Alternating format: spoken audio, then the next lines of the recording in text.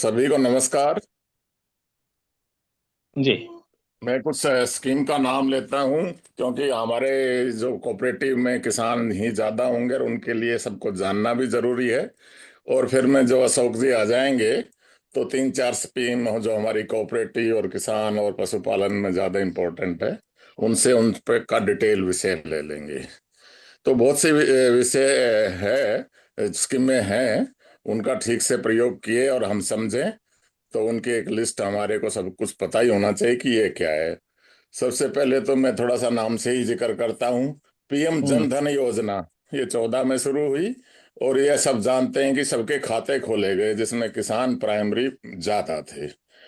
Skill India mission, ये भी 15 में शुरू हुआ, और इसके इसको भी स्किल डेवलपमेंट के लिए जिसमें किसानों की किस्म मेक इन इंडिया, किसानी और पशुपालन से रिलेटेड काफी चीजें इसमें आई है, ये भी 14 से ही शुरू हुआ। स्वच्छ भारत अभियान, ये सबके लिए जरूरी है, किसानों के लिए भी 14 से शुरू हुआ। और पीएम आवास, ज्यादातर ग्रुप किसानों वालों को ही आवास और लोअर क्लास को ज्यादा मिलने का है, तो ये भी 15 में शुरू हुआ।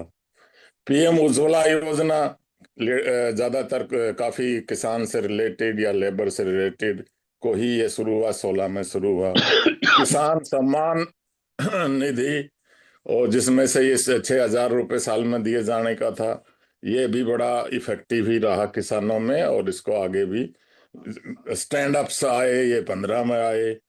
पीएम सुरक्षा बीमा, ये भी 15 में आया। आयुष्मान 18 में आया। और पीएम किसान सम्मान तो मैंने बता ही दिया, ये 6,000 वाला। पीएम फसल योजना, ये भी सक्सेसफुल थी, बीच में कोई और आया। कृषि सिंचाई, कृषि उन्नति, जल संचयन, पीएम कृषि सिंचाई एक स्पेशल अलग से भी आई। किसान ऊर्जा ऊर्जा उत्थान, मतलब सोलर पावर से काफी पंप दिया गया, जिसमें मैं भी एक उपयोगी हूँ। और कृषि मंडिया में भी इसी सुधार की बातें की गई, स्कीम है। किसान विपणन में भी मार्केटिंग की कोशिश है, और एक स्कीम अलग से है। कृषि निर्यात के लिए स्कीम है। कृषि शिक्षा के लिए स्कीम है। कृषि विस्तार के लिए स्कीम है। कृषि जीव विमन तो मैंने बता दिया, अलग से भी है। और कोई चाहे तो कृषि ऋण के लिए स्कीम है, कैसे लिया जा सकता है। कृषि प्रशिक्षण के लिए भी स्कीम है। कृषि में सब्सिडी भी दी जाने की स्कीम है। और कृषि विकास का जोर है। कृषि संरक्षण पे भी स्कीम है कि कोई कोई सी खेती खत्म ना हो जाए, किस तरह किया जाए, ये सब स्कीम तो बहुत है। कृषि प्रबंधन की भी स्कीम है। कृषि विपणन प्रबंधन की भी स्कीम है। कृषि निर्यात प्रबंधन की भी स्कीम है। अब कुछ इम्पोर्टेंट स्कीम है। Sportive cooperative dairy development and FPO, ये हमारे यहाँ डेयरी में हम काम करेंगे, तो ये डिटेल में डिस्कशन उनसे पूछेंगे। पीएम पशु कल्याण क्रेडिट कार्ड, पशु किसान क्रेडिट कार्ड अलग से भी है। और नेशनल लाइव स्टॉक मिशन, आप सब जानते ही हैं, एनिमल हस्बेंड्री स्कीम है, पोल्ट्री स्कीम है, और लाइव स्टॉक की स्कीम है। लाइव स्टॉक अभी पिछले साल इनोग्रेट की है, सभी को वैक्सीन देना सेंट्रल गवर्नमेंट की तरफ से। Livestock health and disease control की भी स्कीम है। National programme on dairy infrastructure development भी है। लाइव स्टॉक सेंसस है जो अभी पूरी हो सकी है, उसको पता होना चाहिए कौन सी ब्रीड के कितने हैं, ये सब किसान से ही रिलेटेड है। डेयरी इंफ्रास्ट्रक्चर डेवलपमेंट है। Animal husbandry structure infra development है, हम आप कोई डेयरी खोलें या इस तरह का बात खोलें तो उसमें भी आगे जाया जा सकता है। अभी जो तीन चार स्कीम डिटेल में साहब आ जाएंगे तो उनसे डिस्कस करने वाली है, वो वो स्कीम में हम लोगों को थोड़ा ज्यादा ध्यान से करना है, ये सब इम्पोर्टेंट है। एक नया अभी इन्होंने किया है, प्राकृतिक खेती को बढ़ावा देने के लिए राष्ट्रीय प्राकृतिक खेती मिशन। अभी उसका वेबसाइट वगैरह ज्यादा डिटेल में नहीं आया है, तो इसमें हम डिटेल में सुनना चाहेंगे। और पारंपरिक कृषि विकास योजना, पारंपरिक खेती की कृषि विकास योजना कैसे की जाए। और एक वो नॉर्थ ईस्ट के लिए है, mission organic value and chain development, in north east region, वो उसमें ज्यादा प्रायोरिटी दी है। जैसे सिक्किम को भी डिक्लेयर किया था इन्होंने कि प्राकृतिक खेती के लिए। गोपालन के लिए राष्ट्रीय गोकुल मिशन आप ज्यादातर हम लोग जानते ही हैं, पर ऑन ग्राउंड उसका यूज बहुत कम हो रहा है। जो देसी गायों के लिए इसकी जरूरत है। गौ संवर्धन और की भी योजना सेंट्रल गवर्नमेंट कर रही है, उसकी भी जरूरत है। और गो आधारित खेती एक भी इन्होंने अभी रिलीज की है। तो ये तीन चार स्कीम है, उनका हमें ज्यादा विस्तार से समझने की कोशिश करेंगे। उसमें से ये तो प्राकृतिक खेती और गौपालन की है, और एक ये स्पोर्टिव डेयरी कॉरपोरेशन के लिए कैसे किया जाए। इसके साथ साथ कुछ और स्कीमें हैं जो किसान महिला है या किसान छात्र, उनका भी फायदा उठाया जा सकता है, तो उनमें किसान जुड़ा रहे। महिलाओं के लिए पीएम मातृ वंदना योजना है, बेटी पढ़ाओ बेटी बचाओ योजना है, किसान छात्रों के लिए और महिला सशक्तिकरण की केंद्र की एक अलग से भी योजना है। जैसे आप यौन ड्रोन वगैरह कृषि में भी यूज हो रहे हैं, इन सब का, इनसे कैसे हमारे समिति या कोऑपरेटिव समिति की लेडीज भी उसका फायदा उठाएं।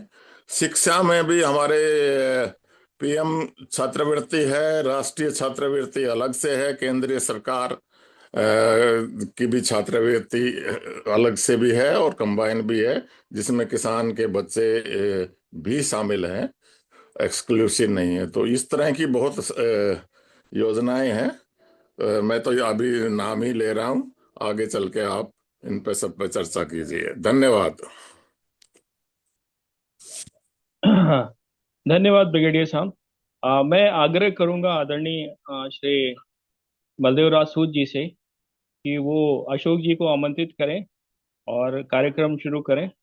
आदरणीय बलदेव राज सूद जी, अशोक जी जुड़ चुके हैं।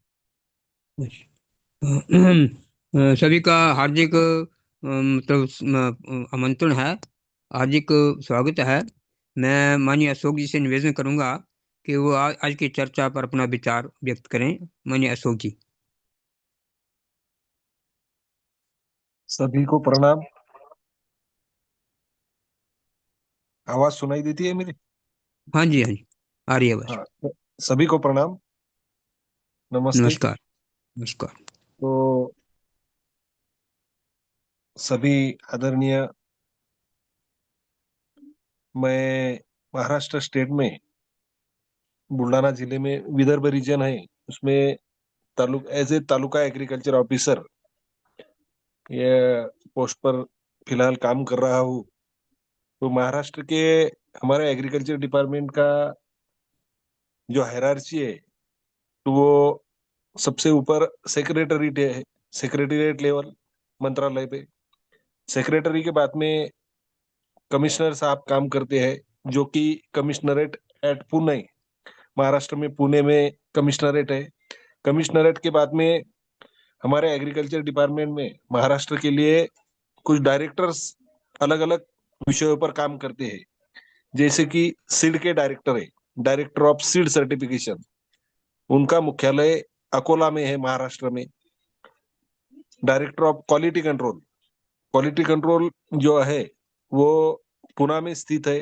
क्वालिटी कंट्रोल ये एस्पेक्ट इसलिए है कि हम जो निविष्ठा वापर करते हैं, जो कि सीड हो, फर्टिलाइजर हो या इंसेक्टिसाइड हो, उसकी क्वालिटी मेंटेन करने के लिए डायरेक्टर ऑफ क्वालिटी कंट्रोल है।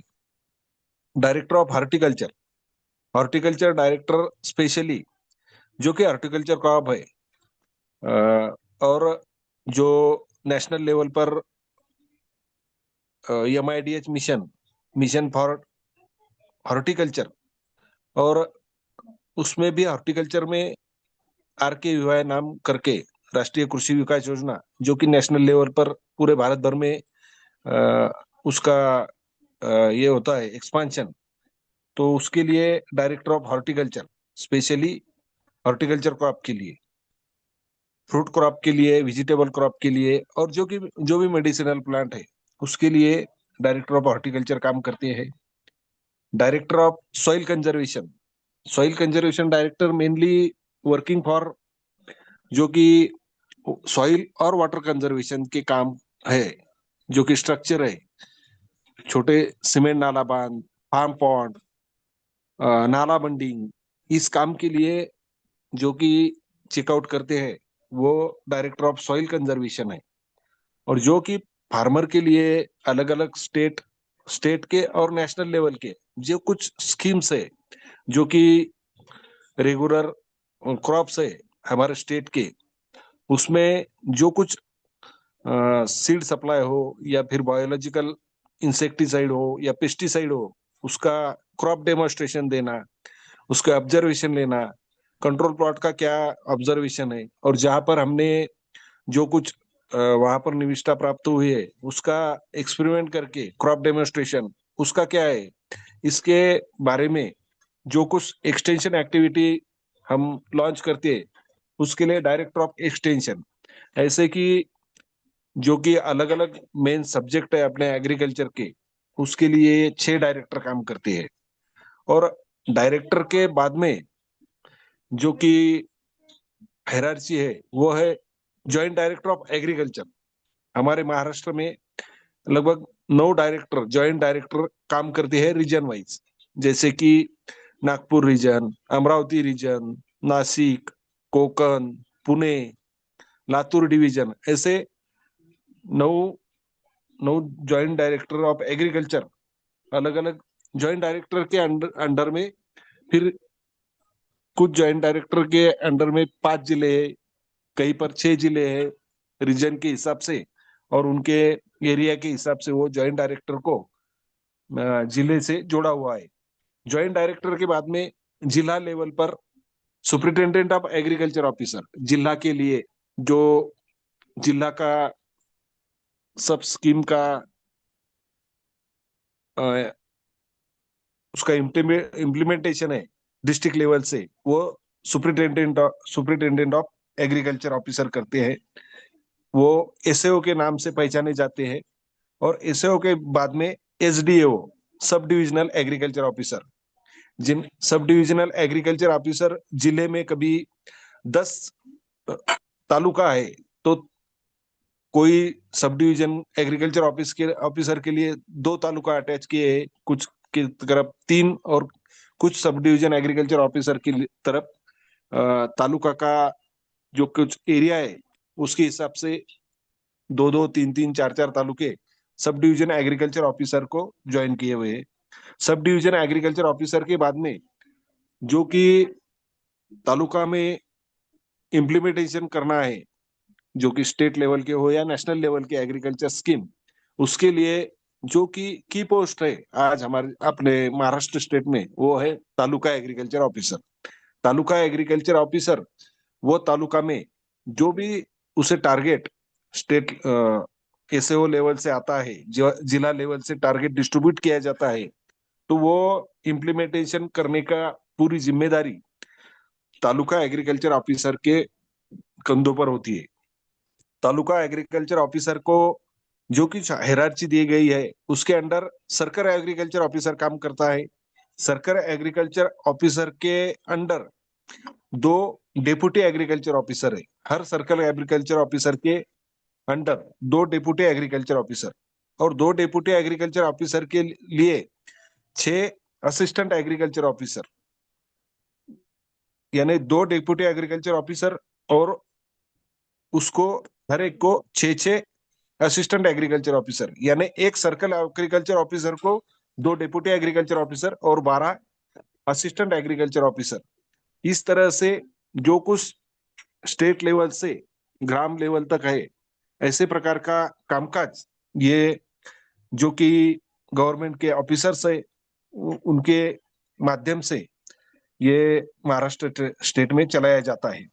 और अब मैं अपने मेन विषय पर आऊंगा, जो कि स्कीम से स्कीम इम्प्लीमेंटेशन के बारे में जो कभी बताने का रहा, तो national mission on horticulture MIDH, ये नेशनल मिशन ऑफ हॉर्टिकल्चर जो चलाया जा रहा है महाराष्ट्र स्टेट में, इसके तहत जो कि बड़े बड़े फार्म पॉन्ड्स है, फार्म पॉन्ड्स में भी उसमें लाइनिंग दिया जाता है, जो कि कभी समर सीजन में जो कि हॉर्टिकल्चर क्रॉप हो या वेजिटेबल क्रॉप का प्रोडक्शन हो, आप वो फार्म पॉन्ड से प्रोटेक्टिव इरिगेशन किसान भाइयों के लिए बहुत कामकाज कर रहा है। फार्म पॉन्ड आजकल हर तरफ है ये स्कीम।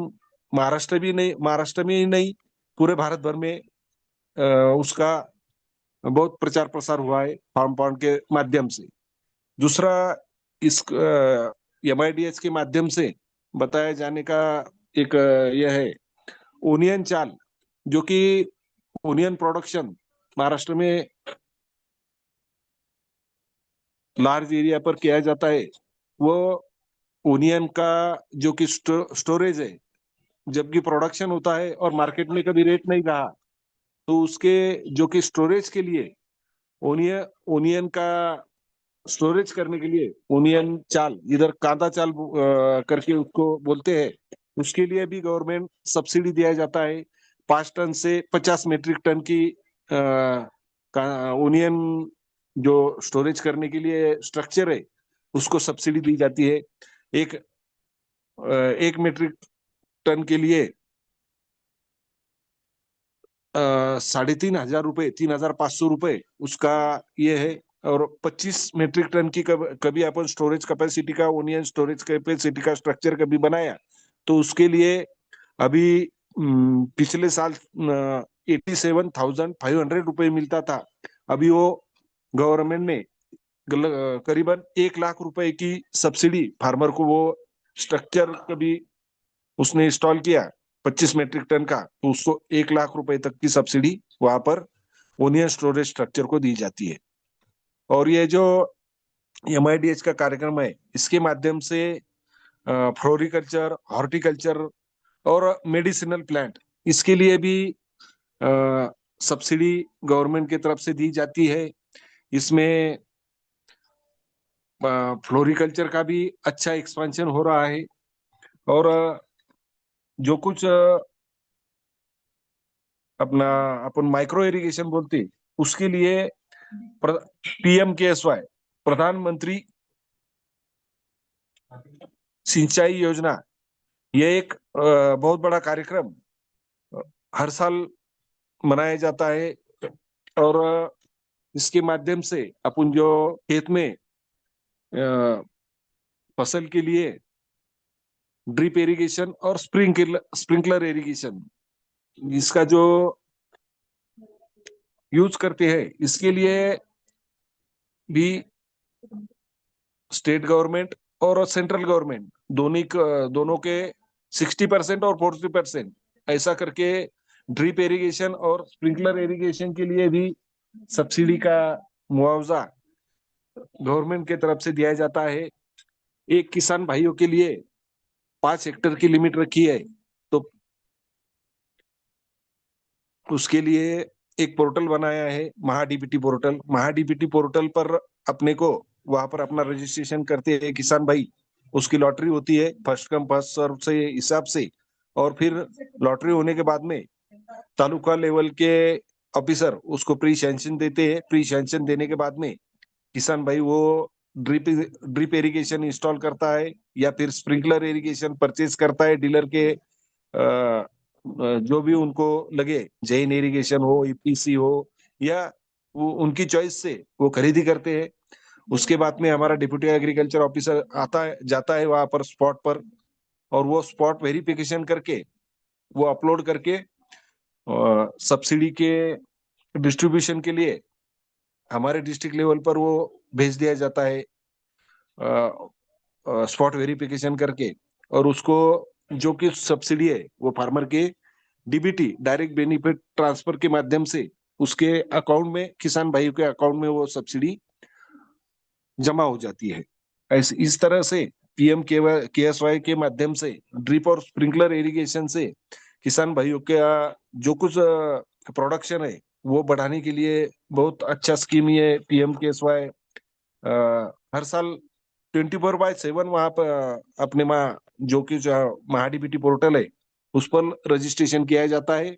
और वो जो कुछ लॉटरी है वो 15 डेज इंटरवल हो या 1 मंथ इंटरवल हो, ये इंटरवल से ये लॉटरी निकाली जाती है। उसका मैसेज किसान भाइयों के मोबाइल पर जाता है। आपका आप ये स्प्रिंकलर हो या ड्रिप हो, इसके लिए चुने गए हैं, आप खरीदी कर सकते हैं। फिर तालुका एग्रीकल्चर उसको फ्री सैंक्शन देता है। ये डीबीटी माध्यम से स्टेट मैकेनाइजेशन का बहुत बड़ा कार्यक्रम भी महाराष्ट्र स्टेट एग्रीकल्चर डिपार्टमेंट पिछले एक 8-10 साल से बहुत बड़े माध्यम से किसान भाइयों के दिया जाता है। मैकेनाइजेशन यानी स्टेट एग्रीकल्चर, ये भी डीबीटी पर जो कि डायरेक्ट डीबीटी पोर्टल है, डायरेक्ट बेनिफिट ट्रांसफर में ट्रैक्टर खरीदी करना हो, बीबीएफ प्लांटर खरीदी करना हो या फिर सोइंग इम्प्लीमेंट खरीदी करना हो, ये कोई भी, या ड्रोन ड्रोन जो कि ड्रोन फार्मिंग अभी आया है, ये भी ड्रोन ड्रोन के लिए भी सब्सिडी ये डीबीटी फार्मर के माध्यम से किसान भाइयों को दिए जाते हैं। ये जो स्टेट मैकेनाइजेशन स्कीम है स्टेट गवर्नमेंट का, इसके माध्यम से ट्रैक्टर परचेस के लिए छोटे किसान भाइयों को 1.25 लाख रुपए सब्सिडी दी जाती है। जो कि किसान भाई 2 हेक्टर के ऊपर का है, ऊपर क्षेत्र है, उसके लिए 1 लाख रुपए सब्सिडी दिए जाती है। और कभी लेडीज फार्मर हो तो उसके लिए भी 1.25 लाख रुपए सब्सिडी है। बहुत बड़े ये ट्रैक्टर और ट्रैक्टर इम्प्लीमेंट, ये जो पिछले 5-6 साल में बहुत बड़े पैमाने पर किसानों ने ये इम्प्लीमेंटेशन एग्रीकल्चर मैकेनाइजेशन स्कीम के माध्यम से उसका बहुत लाभ लिया है हमारे महाराष्ट्र स्टेट में। और दूसरा एक ये जो अपने क्लाइमेट चेंजेस होते हैं, कभी ड्राई स्पेल आता है, कभी थोड़े से कालावधि में बहुत हेवी इंटेंसिटी ऑफ रेनफॉल हो जाता है। तो इसके लिए एक स्कीम वर्ल्ड बैंक के कोलैबोरेशन से एक फर्स्ट पेज उसका हो चुका है। आपने भी सभी भाइयों ने उसका नाम सुना होगा, नानाजी देशमुख कृषि संजीवनी योजना। इसको पोकरा नाम से भी आपने सुना होगा। Project on climate resilient agriculture, हवामान अनुकूल आधारित कृषि पद्धति, यानी अपन सब उसको जानते हैं, जो कि एटमॉस्फेयर में अभी प्रदूषण बहुत पैमाने पर फैला है। इसकी वजह से जो कुछ चेंजेस क्लाइमेट में आते हैं, वो चेंजेस को फेस करने के लिए स्पेशली ये project on climate resilient agriculture, ये स्कीम फर्स्ट पेज तो कंप्लीट हुआ है, लेकिन सेकंड पेज का इम्प्लीमेंटेशन अभी अभी शुरू हुआ है। प्रत्येक जो कि हर तालुका में जो कि डार्क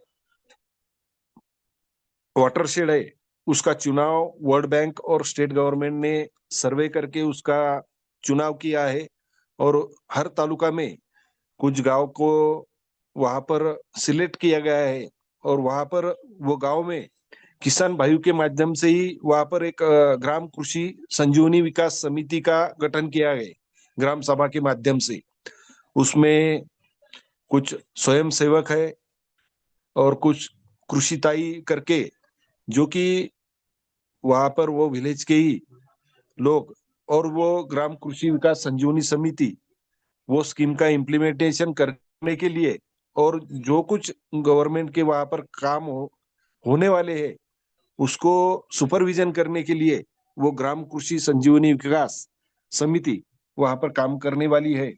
ये एक अच्छा स्कीम गवर्नमेंट ने लॉन्च किया है। अभी अभी ये हमारे चिखली तालुका में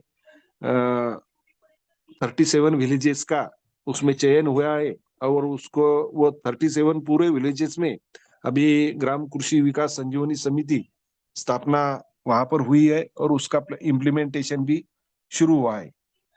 और दूसरा एक पिछले 2-3 साल से स्टेट गवर्नमेंट में बाम्बू प्लांटेशन के लिए भी सब्सिडी का मुआवजा रखा है। बाम्बू प्लांटेशन भी, वो जो अपना किसान भाई है उनके बॉर्डर पर बाम्बू प्लांटेशन में भी इंटरेस्ट दिखा रही है वहां पर।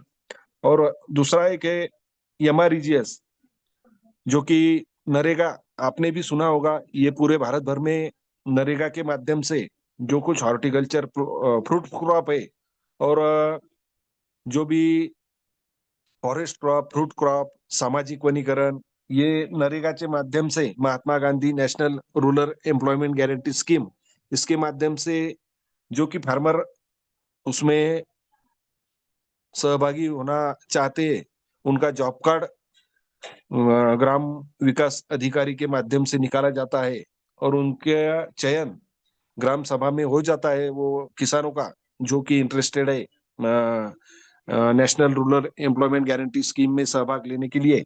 तो उनका एस्टिमेट तैयार किया जाता है और एस्टिमेट को टेक्निकल और एडमिनिस्ट्रेटिव सैंक्शन देने के बाद में तालुका लेवल पर उसको, वो भी ऑनलाइन नहीं है, उसको ऑनलाइन मस्टर वहां पर पोर्टल पर फीड किया जाता है और उस पर वो जो जो भी हॉर्टिकल्चर क्रॉप हो, फ्रूट क्रॉप हो या फिर फ्लोरिकल्चर क्रॉप हो, जो भी फार्मर ने उसका एस्टिमेट मंजूर हुआ हो, उसके माध्यम से जो कि सब्सिडी है समझो, पूरे फ्रूट क्रॉप जो लगभग 50 फ्रूट क्रॉप का उसमें चयन हुआ है। जो भी फ्रूट क्रॉप उसमें फार्मर लगाता है तो उसकी सब्सिडी, उसके जो कुछ पेड़ है उसका जून और दिसंबर में कितने पेड़ उसके लाइव है उस पर उसका सब्सिडी पूरे 3 साल में, वो सब्सिडी का distribution national rural employment guarantee scheme के माध्यम से किसानों तक उनके अकाउंट में पहुंचा दिया जाता है। ऐसे करके ये जो आपने मुझे विषय दिया है, ऐसे स्कीम महाराष्ट्र स्टेट में इम्प्लीमेंटेशन होते हैं। दूसरा एक है अभी अभी अपने भाई क्या नाम है उनका, उन्होंने बताया national farming on natural farming mission, ये भी इम्प्लीमेंटेशन महाराष्ट्र स्टेट में भी शुरू किया गया है। इसमें किसान भाइयों को जो एक विलेज का वहां पर चयन किया जाता है और उसमें national mission on natural farming के लिए 125 किसान भाइयों की वहां पर चयन किया जाता है एक विलेज में, और उनका एक एक एकड़ का क्षेत्र वहां पर चुना गया है अभी। और उस क्षेत्र का सॉइल टेस्टिंग के लिए सॉइल सैंपल भी लिया गया है और 3 साल में वो वहां पर नेचुरल फार्मिंग के माध्यम से वो सॉइल में क्या चेंजेस होते हैं, क्या कन्वर्जेंस होता है, उसके लिए भी वो 3 साल उसके सॉइल टेस्टिंग करने के बाद में उसका सर्टिफिकेशन किए जाने वाला है कि this soil should be considered as a natural farming. इसमें जो कुछ फर्टिलाइजर है, जो कुछ हानिकारक मनुष्य के लिए हो या प्राणी मात्रा के लिए हो, ये हानिकारक जीव जंतु, इसका प्रमाण इसमें जो कुछ लेवल तय किया है इसके अंदर है, तो उसका सर्टिफिकेशन एक सर्टिफिकेशन एजेंसी गवर्नमेंट वहां पर चयन करने वाली है। सर्टिफिकेशन उस खेती का होने के बाद में उसको सर्टिफिकेट दिए जाने वाला है। इस प्रकार से ये जो स्कीम्स है किसान भाइयों के लिए जो कि फायदेमंद है, ऐसे स्कीम महाराष्ट्र स्टेट में इम्प्लीमेंटेशन होता है। आपका कुछ इसमें पूछने का होगा तो मेरा सब्जेक्ट खुला है आपके लिए चर्चा के लिए। अभिषेक जी।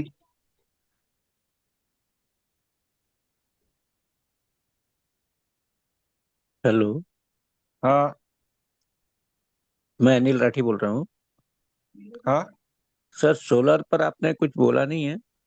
हाँ हाँ हाँ सर, अभी सोलर स्कीम भी आया हुआ है, लेकिन वो जो सोलर स्कीम का भी ऑनलाइन रजिस्ट्रेशन करना पड़ता है किसानों के भाई के लिए।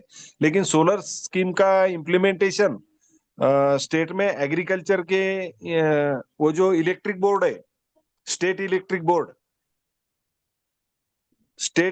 बोर्ड उसका इम्प्लीमेंटेशन करता है। एग्रीकल्चर डिपार्टमेंट की तरफ नहीं है, फिर भी हम उसका जो कि किसान भाइयों को है उसको फील्ड पर जाने के बाद में हमारी जो कई ट्रेनिंग प्रोग्राम वगैरह रहते हैं उसमें उसका प्रचार प्रसिद्धि हम करते हैं, और किसान भाई उसका भी बहुत लाभ ले रहे हैं।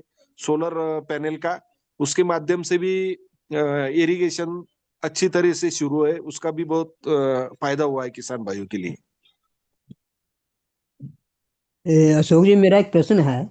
हाँ हाँ अ, आपने जो इतनी स्कीमें मतलब बताई हैं सरकारी, तो हाँ यह हाँ स्कीम क्या जमीन तक पहुंच जाती है सारी लोगों हाँ को सर। मतलब? अभी कैसा है, आपने आपका सवाल बहुत अच्छा है।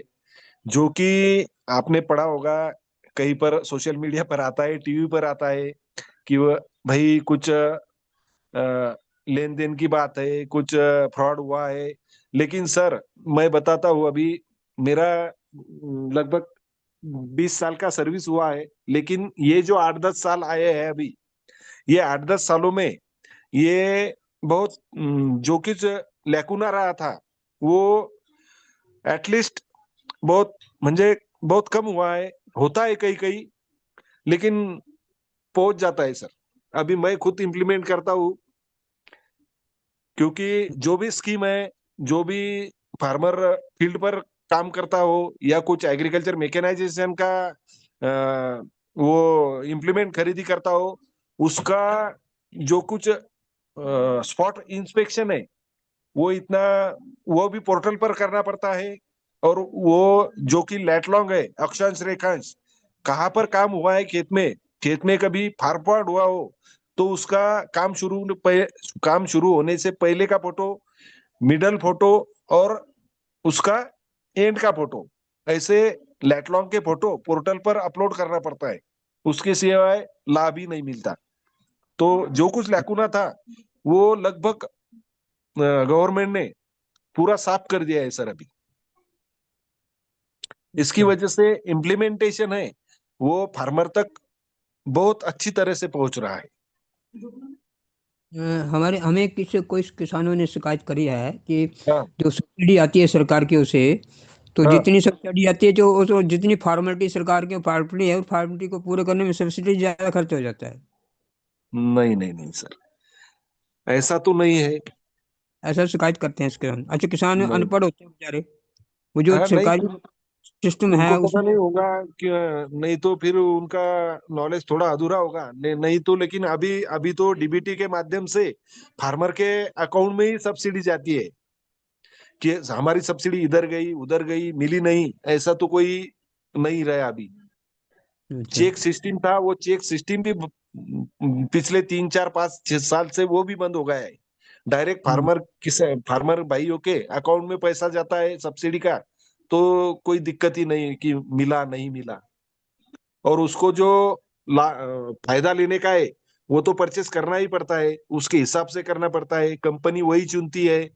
उसका टेस्ट रिपोर्ट वहां पर अपलोड रहता है कि वो जो कुछ संस्था है चेक करने वाले, उनका टेस्ट रिपोर्ट रहता है कि वो औजार हो या कोई भी मटेरियल हो, ये टेस्ट किया हुआ है वो गवर्नमेंट एजेंसी ने, वो किसान भाइयों के लिए खरीदी लायक है।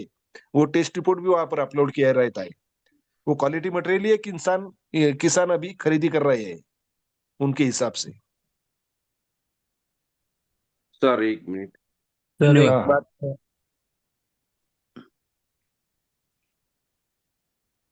सर, बोलिए ना।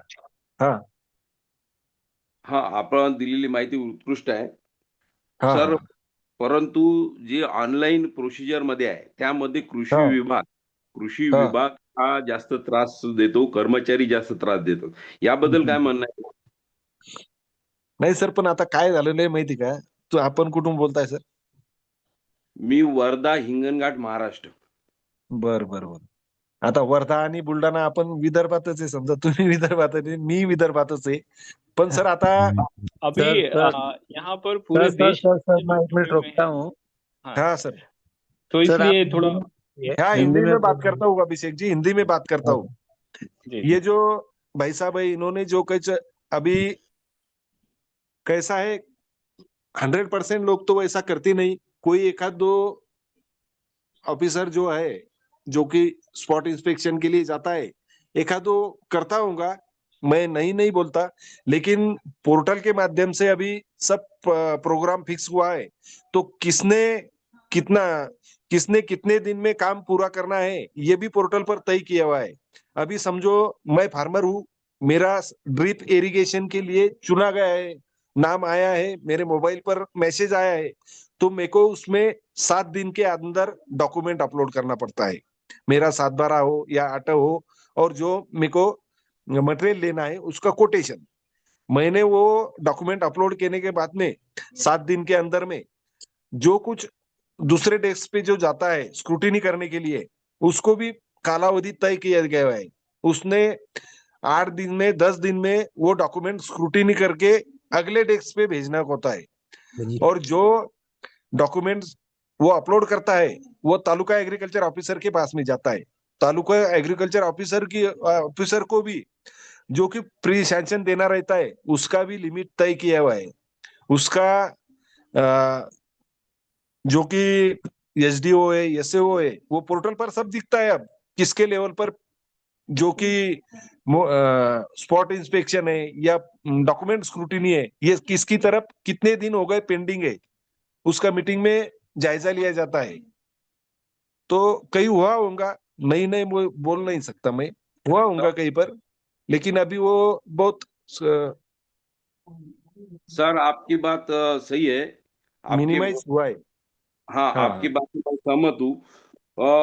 मैं ये नहीं बोल रहा हूँ काम हो रहे हैं, हाँ काम हाँ हो रहे हैं, लेकिन जो ओरिजिनल काश्तकार है, जो कोई फ्रॉड हाँ। नहीं करता है, उसको लाभ कम मिलता है। जो बड़े लोग रहते हैं उनको सब्सिडी जल्दी मिल जाती है। और उनको जो नहीं नहीं। पेपर, एक मिनट सर, हाँ हाँ पेपर बोलिए बोलिए। जो पेपर सबमिट करते अपन अपलोड करते, हाँ बाकी लोग सेंटर सेंटर से करते, सेंटर से हाँ। करने के बाद सीएससी में। सीएससी सेंटर से करती है, हाँ, बहुत से ये 90% सीएससी सेंटर ही करती है मैं। हाँ, और हाँ एग्रीकल्चर, मैं खुद एग्रीकल्चर वाला हूँ, और हाँ हाँ कृषि विभाग से जुड़ा हूँ। हाँ हाँ और हाँ दूसरी दूसरी बात, सर, जो हाँ। आप लोग बोलते हैं कि वो फील्ड पे जो ओरिजिनल काश्तकार है, ओरिजिनल काश्तकार को लाभ कम मिलता है। नहीं ऐसा तो नहीं होता अभी, दूसरी जिसके बात, पास जमीन है मैं उसको तो लाभ मिलेगा ही। मैं मेरा खुद का उदाहरण देता हूँ। हाँ हाँ हाँ। नहीं आपकी अभी तरफ हुआ होगा किसका, लेकिन हम तो इम्प्लीमेंटेशन 99% किसान नहीं, भाइयों को मिलने हो ना, ऐसा ही है, आप हमारी तरफ तो नहीं है।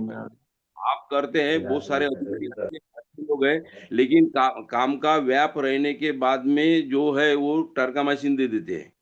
नहीं सर हाँ, आपके साथ हुआ होगा, लेकिन सर हर खुद पत्रकार हम्म। भी सर, मैं इसके लिए बोलूं क्या बीच में? हाँ बोलिए बोलिए। सर, ऐसा है कि महाडीबीटी पोर्टल पर भी आप शिकायत कर सकते हैं, और हाँ महाविस्तारा उस ऐप पर पर भी भी आप ग्रीवेंस आप अपलोड करने संबंधित सकते हैं। अधिकारी की शिकायत कर सकते हैं।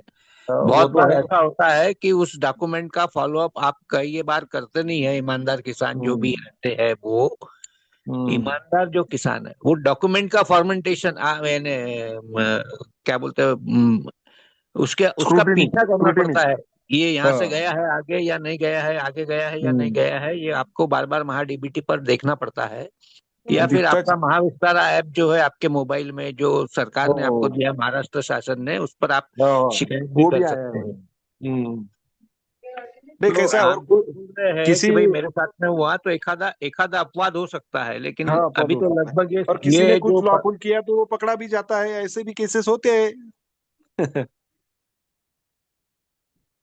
अभी अभी जो ये शुरू है, महाडीबीटी पे जो भी हमारे तरफ, वर्धा, खास वर्धा जिले में हाँ हाँ जो क्राइटेरिया है, वो अभी बोलते समझो, गोडाउंस गोडाउंस नहीं, ये बात करना है। अरे भाई समय संसार।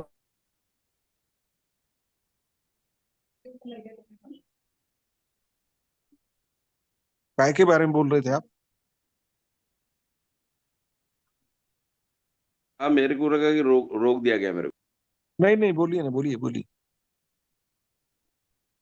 अभी पैक हाउस के बारे में कोई बोलते, कोई अधिकारी बोलता है कि प्रोडक्शन आने के बाद में वो सैंक्शन मिलेंगे। हमारे यहाँ के अधिकारी लोग तो प्री सैंक्शन ही भी नहीं दे रहे कि क्योंकि नहीं, उनके प्रोडक्शन नहीं। कोई लोग भाजीपाला है, भाजीपाला का तो इस पे आता नहीं, 7/12 पे नहीं रिकॉर्ड होता। नानाजी नहीं, देशमुख इसमें फलोत्पादन लगाया है लोगों ने। हाँ और सर, पैक हाउस तो हुआ है लॉटरी में, बहुत से किसान आए हैं हमारे तरफ तो पैक हाउस वाले, और वेजिटेबल के लिए भी देते हैं हम। वेजिटेबल का भी आप 7/12 पर जो कि तलाठी है उसके माध्यम से आप वहां पर रजिस्ट्रेशन करके वेजिटेबल पर भी देते हैं हमारे बुल्डाना जिले में। बराबर है सर, वेजिटेबल पे देने को ना। और हाँ नानाजी देशमुख में जो फलोत्पादन लगाया, अभी हाँ 1 साल के बाद में प्रोडक्शन आने आने वाला है। हाँ तो भी हाँ। अधिकारी बोलते हैं कि जो प्रोडक्शन निकलेगा तब हम मैच ये देंगे उनको, प्री नहीं, परमिशन देंगे। वो गलत है उनका। अच्छा, कभी अपन। सर सर मोहन एक सर। सर 1 मिनट, ऐसे ऐसे छोटे छोटे इसमें जो काश्तकार है वो जा नहीं सकते हम्म, विभाग में। बड़े जो हम्म, सुशिक्षित है वो काम कर सकते हैं, लेकिन जो फॉलो अप है वो ले नहीं सकते। हमारे वर्धा जिला में हिंगनघाट तालुका में 70 अभी सैंक्शन हो गए। 70 हाँ 70 में तो बहुत सारे तो कम इसमें यानी प्री सैंक्शन नहीं है। कारण यही है कि हाँ। अधिकारियों लोगों का काम बढ़ता है, इसीलिए वहां पे ब्रेक मारो। नहीं हुए कुछ नहीं। नहीं, एक बार सर सर सर, सैंक्शन होने के बाद में अशोक अपन ने सर, डॉक्यूमेंट अपलोड करने के अशोक बाद में सर, उसको तो स्क्रूटिनी करनी ही है। लेकिन अशोक एक आधा सर, होगा आपकी तरफ, आपको अनुभव आया होगा गलत, आया होगा, मैं अशोक बोल नहीं सर, सकता अशोक कि सर, आया होगा। अशोक सर, हाँ बोलिए सर। आप वर्तमान में अधिकारी है। आप उनको हाँ, आपका नंबर दे दीजिए। ये पर्सनल चर्चा हो गई आप दोनों की। चलेगा बेहतर चलेगा है, सर। और लोग भी आपको सुन रहे हैं। हाँ तो सर, हाँ आप सर। उनसे उनका आप उनको आपका नंबर शेयर कर दीजिए। Okay okay okay. या फिर उनको बोलिए कि आप एसएमडीपीडी के साइट पर आइए, वहां आपका निराकरण कर देंगे। Yes sir, yes sir. Hmm.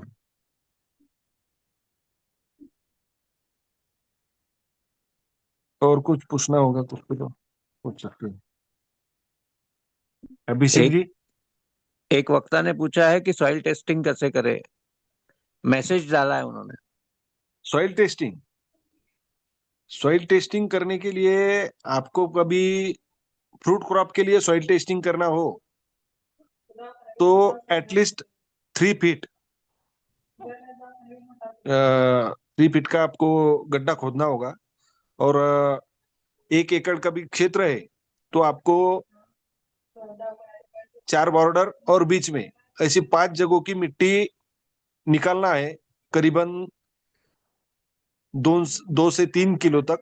और वो 5 जगह की मिट्टी अच्छी मिक्स करना है, उसका अपने चपाती रहती वैसा शेप करने का, और उसका चार चार भाग में उसको डिवाइड करने का, और उसमें की 1 किलो मिट्टी चुन लेने की, और वो कपड़े की बैग में डालने की। उसमें अपना नाम, मोबाइल नंबर, गट नंबर लिखकर आप उन सॉइल टेस्टिंग लैब अभी हर जिले में कार्यान्वित है, आई थिंक हमारे जिले में तो है। आप और कुछ कृषि विज्ञान केंद्र है, कुछ कृषि शाला है, वहां पर अभी सॉइल टेस्टिंग करके मिलता है, आप वहां पर सॉइल टेस्टिंग कर सकते हैं।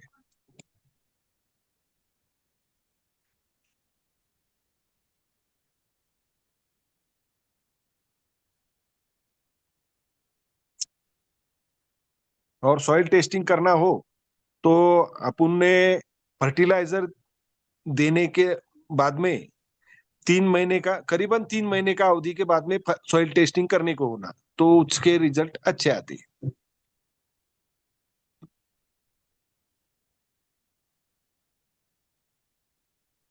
अशोक जी, हाँ मैं ब्रिगेडियर राजा राम यादव पूछ रहा हूँ।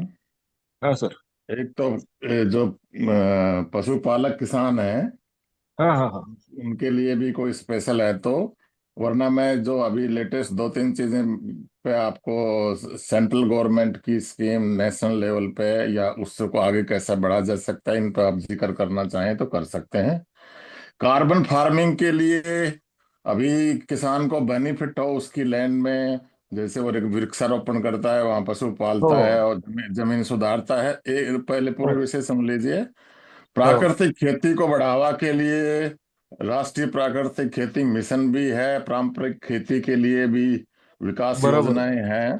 तो हाँ इनमें सर। क्या है, और पशुओं में राष्ट्रीय गोकुल मिशन तो एक है, और गौ हम्म संवर्धन के लिए योजना और गो आधारित खेती के लिए भी क्या हम्म आपकी नॉलेज में कुछ ऐसी जानकारी है जिससे हमारे समिति के कोऑपरेटिव समिति के किसान जो भी जुड़ेंगे वो बेनिफिट हो सके? इन पर थोड़ी सी चर्चा को आगे ले जाइए। सर, कैसा है अभी एग्रीकल्चर में ये पशुधन के लिए अलग डिपार्टमेंट है, पशु संवर्धन। लेकिन मेरे को जो मालूमात है तो एनिमल हस्बेंड्री डिपार्टमेंट अलग है। तो एनिमल हस्बेंड्री डिपार्टमेंट के माध्यम से भी जो एमजी नरेगा स्कीम है उसके माध्यम से ये गाय पालन है, शेळी पालन है, इसके लिए भी सब्सिडी मुआवजा गवर्नमेंट देती है। और जो कि उसके लिए स्ट्रक्चर बनाना पड़ना पड़ना पड़ता है, गोठा बोलते हैं अपन उसके लिए भी एमजी नरेगा के माध्यम से स्टेट गवर्नमेंट सब्सिडी देता है खरीदने के लिए। और रहा नेचुरल फार्मिंग का, तो नेचुरल फार्मिंग का प्रोग्राम हमारे एग्रीकल्चर डिपार्टमेंट के माध्यम से ही इम्प्लीमेंट होता है। उसमें वर्मी कंपोस्ट प्रोडक्शन हो या फिर दशपर्णी अर्क हो, बीजामृत, जीवामृत, इसके लिए भी ट्रेनिंग प्रोग्राम नेचुरल फार्मिंग के तहत चलाया जाता है किसानों के लिए। नहीं, मेरा क्वेश्चन ये नहीं है।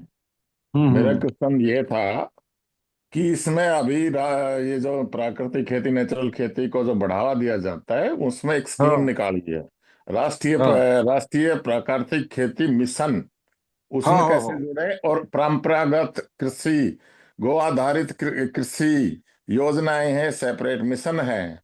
तो ये नहीं आपकी नॉलेज में कुछ नॉलेज है? कार्बन फार्मिंग में बेनिफिट किसान कैसे ले, तो उनमें कोई ऐसी स्कीम ऑन ग्राउंड इम्प्लीमेंट है या कोई और आगे चली हुई है?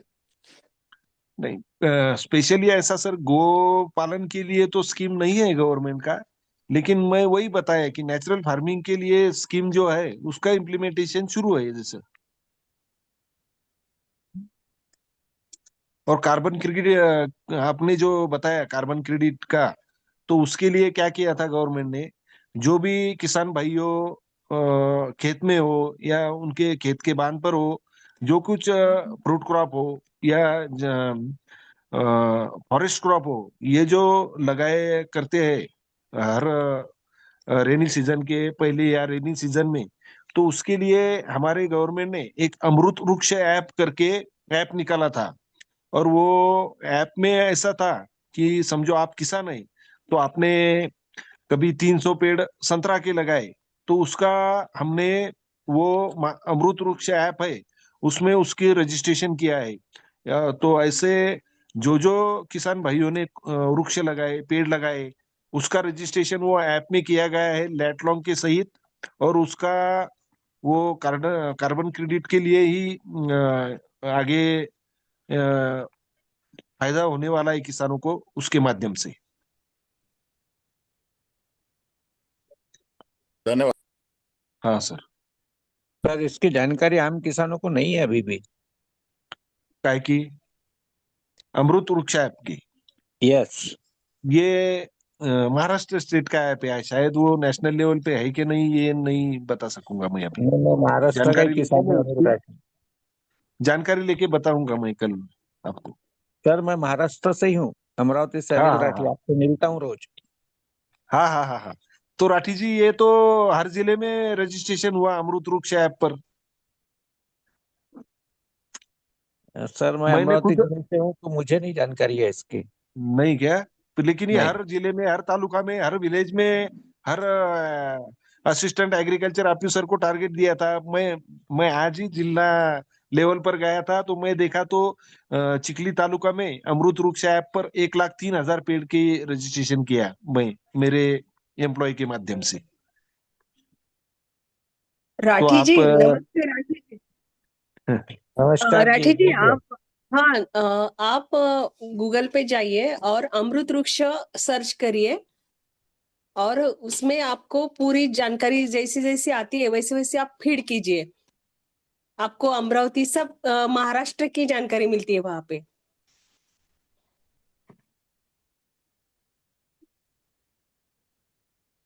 राठी जी,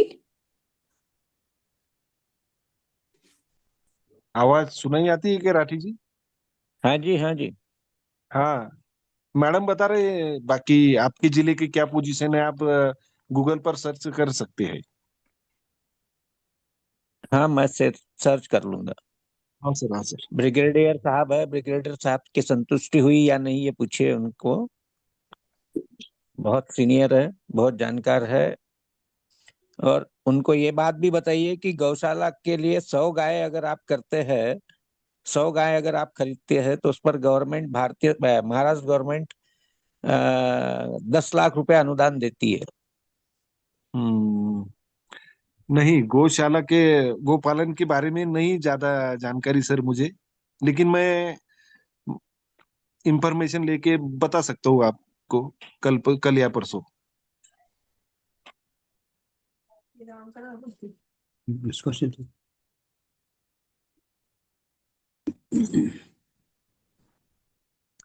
और कोई किसी का प्रश्न?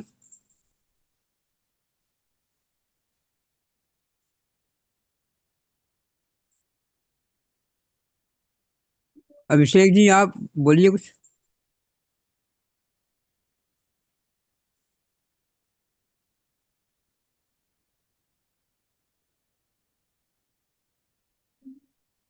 अपने जो बंधु जुड़े हैं, तो हाँ, आप किसी के बारे में कुछ समस्या तो बोलिए।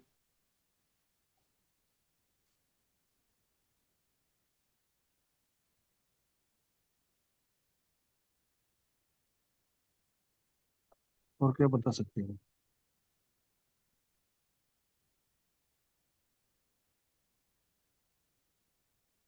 रूपाली जी, जी कहाँ गई? वासु जी, जीवेश पांडे, गुमान सिंह, गौरव ठाकुर, बोलिए। किसी के बारे में कोई समस्या है, उसका समाधान चाहते हैं तो बताइए। नमस्ते सर, नमस्ते सभी को, प्रणाम मेरा। सर, आज अशोक जी ने हमारे कृषि विभाग या कृषि से रिलेटेड जो भी स्कीम है, जो सेंट्रल की स्कीम रहती है, वैसे तो महाराष्ट्र गवर्नमेंट की और सेंट्रल गवर्नमेंट की भी दोनों अलग अलग से स्कीम रहती है, लेकिन सेंट्रल की स्कीम के बारे में उन्होंने बहुत अच्छे से जानकारी आप सभी को दी है। कुछ भाइयों का समाधान हुआ होगा या नहीं हुआ होगा, तो आप स्पेशली उनसे कांटेक्ट कर सकते हैं।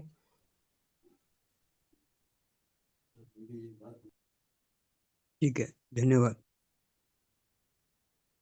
अभिषेक जी, आप बोलेंगे कुछ?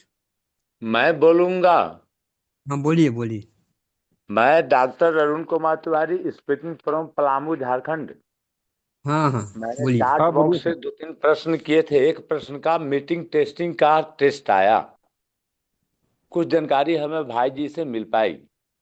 मैं भारत के सबसे उपेक्षित जगहों का रहने वाला हूं, लेकिन मैं दिल का राजा हूं और जमीन का जमींदार कहलाता हूं। लेकिन मैं बाजार के पॉकेट पर खा के रहता हूं। मेरे पास जमीन भी साढ़े पड़े हुए हैं, लेकिन मैं बाजार पर निर्भर हूं। मेरे पास संसाधन भी हैं, साधन भी हैं, प्रकृति की सब सुविधाएं उपलब्ध हैं, लेकिन हम ज्ञान के बिना अभागे पड़े हुए हैं। आज मैं अपने जीवन का 500 क्विंटल धान पैदा किया हूँ। मेरे पास 2 एकड़ में बैर है, कलमी बैर है, अमरूद लगाए हैं। चक्रीय विकास मैंने डेवलप किया है इस पलामू की धरती पर।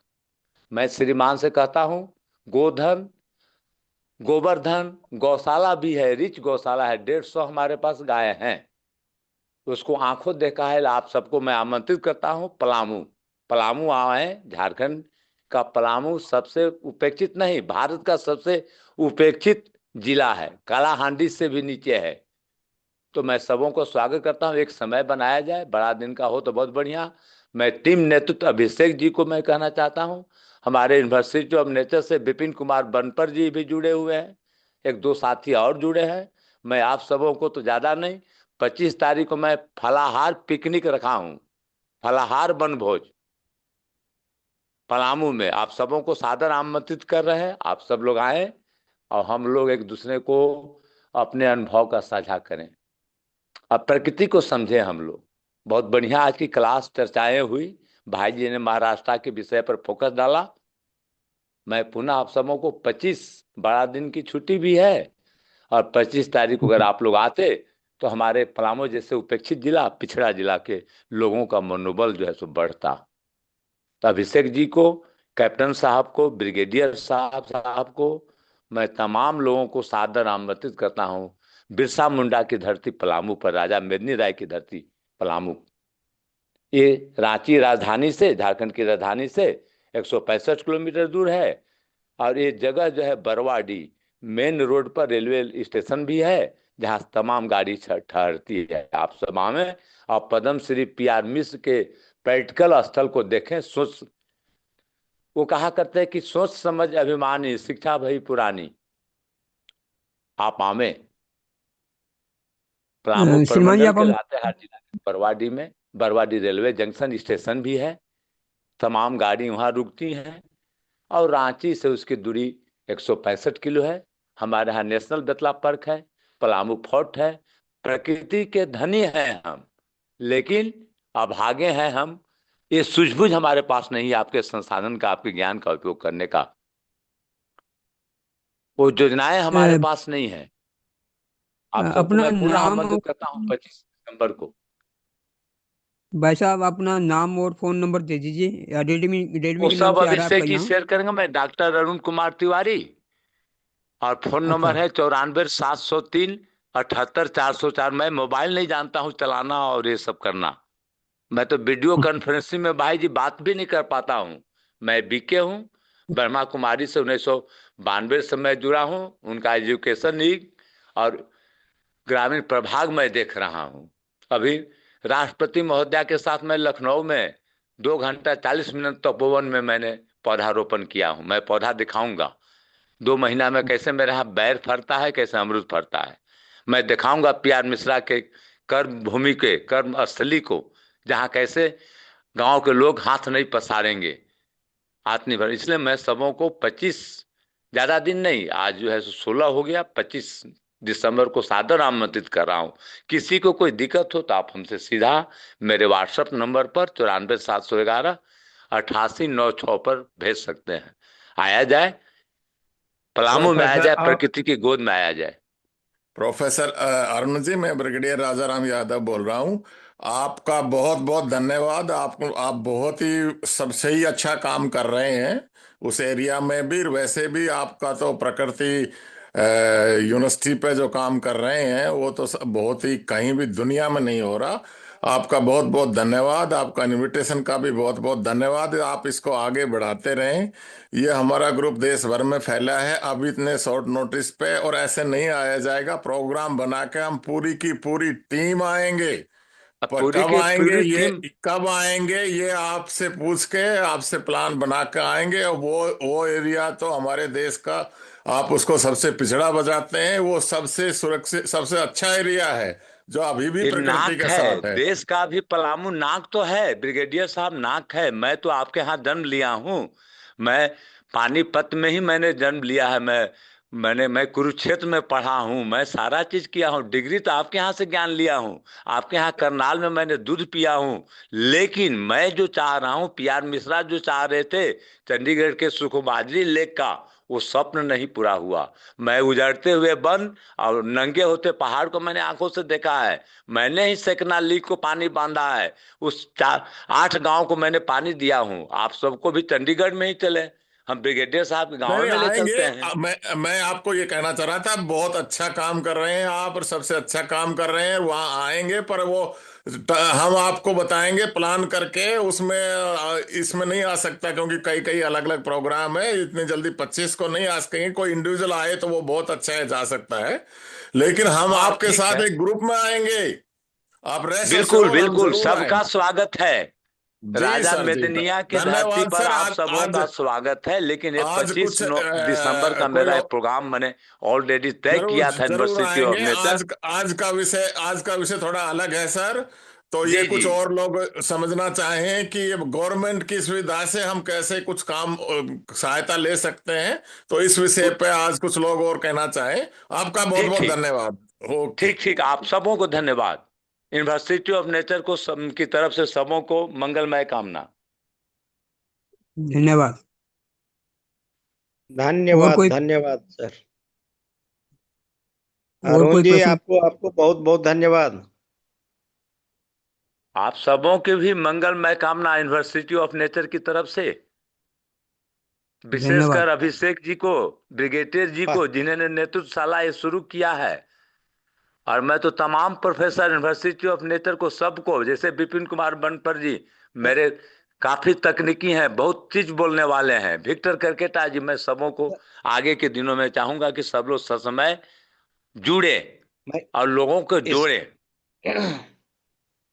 इस ग्रुप के सभी सदस्यों से अनुरोध है कि पलामू की धरती पर प्लान बना करके और एक कार्यक्रम आयोजित करें। जी जरूर विपिन जी, करेंगे करेंगे। एक समय निकाल करके, समय निर्धारित करके एक प्लान बना करके जरूर जरूर और करेंगे। आपका आपका सब मैसेज रिकॉर्ड हो रहा है। हमारे जो ग्रुप में सीनियर हैं वो प्लान करके आएंगे। हम आ रहे हैं कि एक एक दो दो की बजाय काफी काफी लोग आकर हम आपसे बहुत कुछ सीखेंगे, बहुत कुछ एक बनाएंगे, एक प्रोग्राम बनाएंगे जरूर। धन्यवाद साहब। Thank you sir. और कोई प्रश्न? बलदेव कोई? जी बढ़ाइए, आगे बढ़ाइए। हाँ हाँ हाँ। अभी और बंधु कोई प्रश्न पूछना चाहते हैं? क्योंकि अभी समय होने वाला है, तो मैं अभिषेक से निवेदन करूंगा कि वो भी अपनी बात रख दें। अभिषेक जी।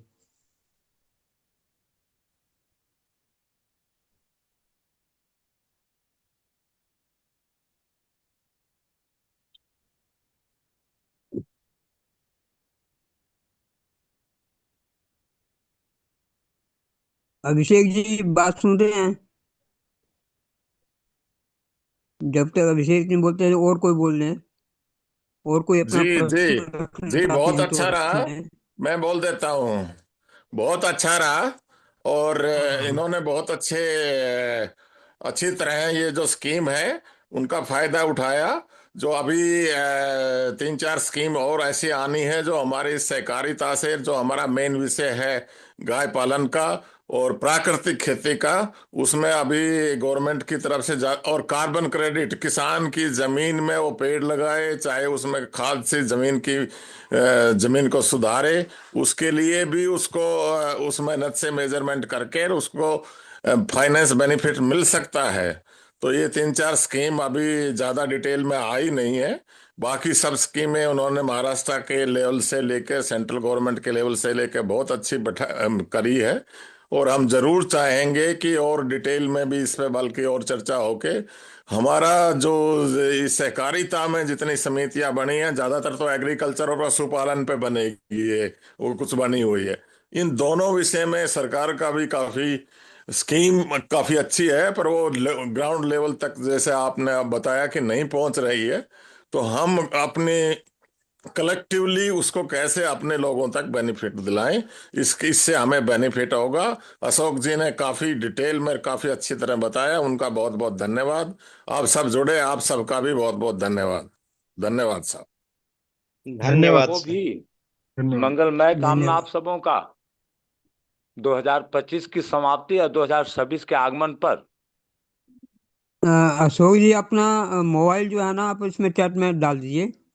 हाँ सर, अशोक जी। कोई डाल दीजिए।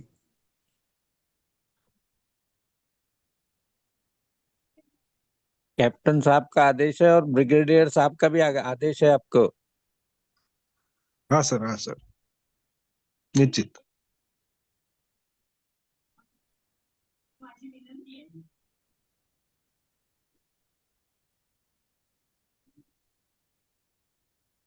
बलदेव जी क्लोज कर लीजिए, अभिषेक शायद नहीं है।